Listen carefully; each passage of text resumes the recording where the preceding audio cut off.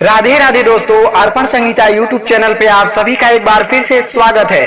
दोस्तों, हिंदी दिवस, हिंदी भारत की राजभाषा मानी जाती है, जिसे राष्ट्रीय भाषा भी लोग मानते हैं। दोस्तों, हिंदी की बिंदी माना जाता है। लोकसभा के आधे सांसद हिंदी बेल्ट से आते हैं। यह कानून निर्माता है। यदि वास्तव में इन्हें हिंदी की चिंता होती तो आज सिविल सेवा परीक्षाओं में हमारी मातृभाषा हिंदी नदारद न होती। इनको सिर्फ यस सर नो सर बोलने वाले अभिभूत इंडिया बना दिया गया है। दोस्तों, यह अस्तित्व का संघर्ष कर रही है भारत। इसके अलावा हिंदी की मांग लगातार बढ़ती रही है। हर वर्ष 14 सितंबर को हम हिंदी दिवस मनाते हैं। चूंकि आज 14 सितंबर है, भारत की स्वतंत्रता के बाद 14 सितंबर 1949 को संविधान सभा ने एकमत से यह निर्णय लिया कि हिंदी की खड़ी बोली ही भारत की राष्ट्रभाषा होगी या राजभाषा होगी। हालांकि इसे 1950 देश के संविधान द्वारा आधिकारिक भाषा के रूप में उपयोग करने का विचार स्वीकृत किया गया था। भारत के लिए गर्व का क्षण था जब भारत ने हिंदी को आधिकारिक रूप से अपनाया था। हिंदी को हर क्षेत्र में प्रसारित करने के लिए राष्ट्रभाषा प्रचार समिति वर्धा के अनुरोध पर सन 1953 से संपूर्ण भारत में प्रतिवर्ष 14 सितंबर को हिंदी दिवस के रूप में मनाया जाता है, जिसे वर्धा समिति के द्वारा पास किया गया। 14 सितंबर को हम हिंदी दिवस बहुत खुशी और हर्षोल्लास के साथ लेख, निबंध, कविता लिखते हैं, भाषण देते हैं। हिंदी दिवस पर हम भारतीय संस्कृति पर बातें करते हैं, राष्ट्र हित में हिंदी की मेजबानी करते हैं। हिंदी हिंदुस्तान की भाषा है। राष्ट्रभाषा किसी भी देश की पहचान और गौरव होती है। इसके प्रति अपना प्रेम और सम्मान प्रकट करना हमारा कर्तव्य है। कश्मीर से लेकर कन्याकुमारी तक, साक्षर से लेकर निरक्षर तक प्रत्येक वर्ग का व्यक्ति हिंदी भाषा को आसानी से समझ और बोल लेता है।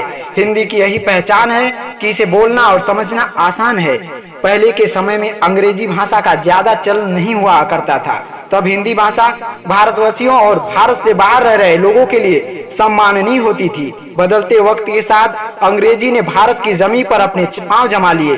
पहले जहां स्कूलों में अंग्रेजी का माध्यम इतना नहीं होता था, वहीं आज सिर्फ अंग्रेजी की मांग बढ़ने के कारण देश के बड़े बड़े विद्यालयों के बच्चे हिंदी में पिछड़ते जा रहे हैं। आज हिंदी की दशा यह है कि बच्चों को सही उच्चारण में हिंदी बोलने या लिखने में भी दिक्कत आती है। भारत में हिंदी को अंग्रेजी से कमतर मानने वालों की संख्या में पिछले कई दशकों में कई गुना इजाफा हुआ है। इसी कारण हम अंग्रेजी से अछूते नहीं पा रहे हैं और हम हिंदी के शब्दों को भी असली जामा पहनाने की भरपूर कोशिश करते हैं। आज हर अभिभावक अच्छी शिक्षा के लिए अपने बच्चों कॉन्वेंट अंग्रेजी भाषाई विद्यालयों में शिक्षा दिलाना चाहता है, क्योंकि अभिभावकों को लगता है कि आज के दौर में हिंदी माध्यम के विद्यार्थी के लिए रोजगार और व्यवसाय में कोई खास मौके नहीं मिलते हैं, जो काफी हद तक ये सच भी हो रहा है।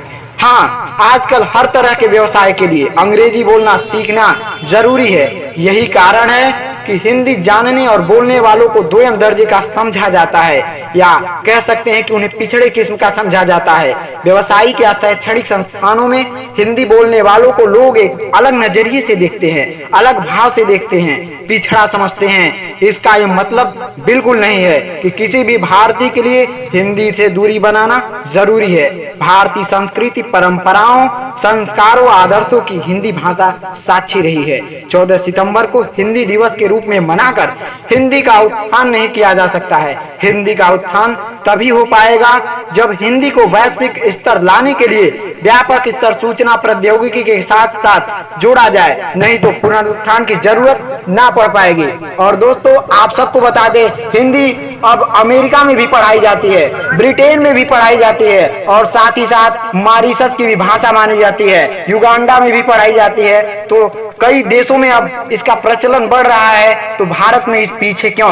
आखिरकार गांव से लेकर शहरों तक हर जगह हिंदी भाषा को पिछड़ा किया जा रहा है। IAS officer, PCS officer Hindi में पीछे जा रहे हैं। तो आखिर हिंदी के पीछे जाने का मतलब क्या है? हिंदी के पीछे जाने का मतलब यही है कि लोग अंग्रेजी को ज्यादा तवज्जो दे रहे हैं। हिंदी को लोग पिछड़ापन समझते हैं, गाँव की भाषा समझते हैं, इसीलिए हिंदी पीछे जा रहा है। हिंदी एक दिन के लिए नहीं है। हिंदी तो हमारी जननी भाषा है, मातृभाषा है, और इसलिए हिंदी के लिए आप सभी सजग रहें, सचेत रहें, हर जगह हिंदी का प्रयोग करें, नहीं तो हर जगह पीछे जा सकते हैं। तो हिंदी दिवस पे आप सभी को बहुत बहुत शुभकामनाएं और बहुत सारे मंगलमय कि आप सभी हिंदी का प्रयोग करें और हिंदी माध्यम के बच्चे आगे बढ़ें। धन्यवाद दोस्तों।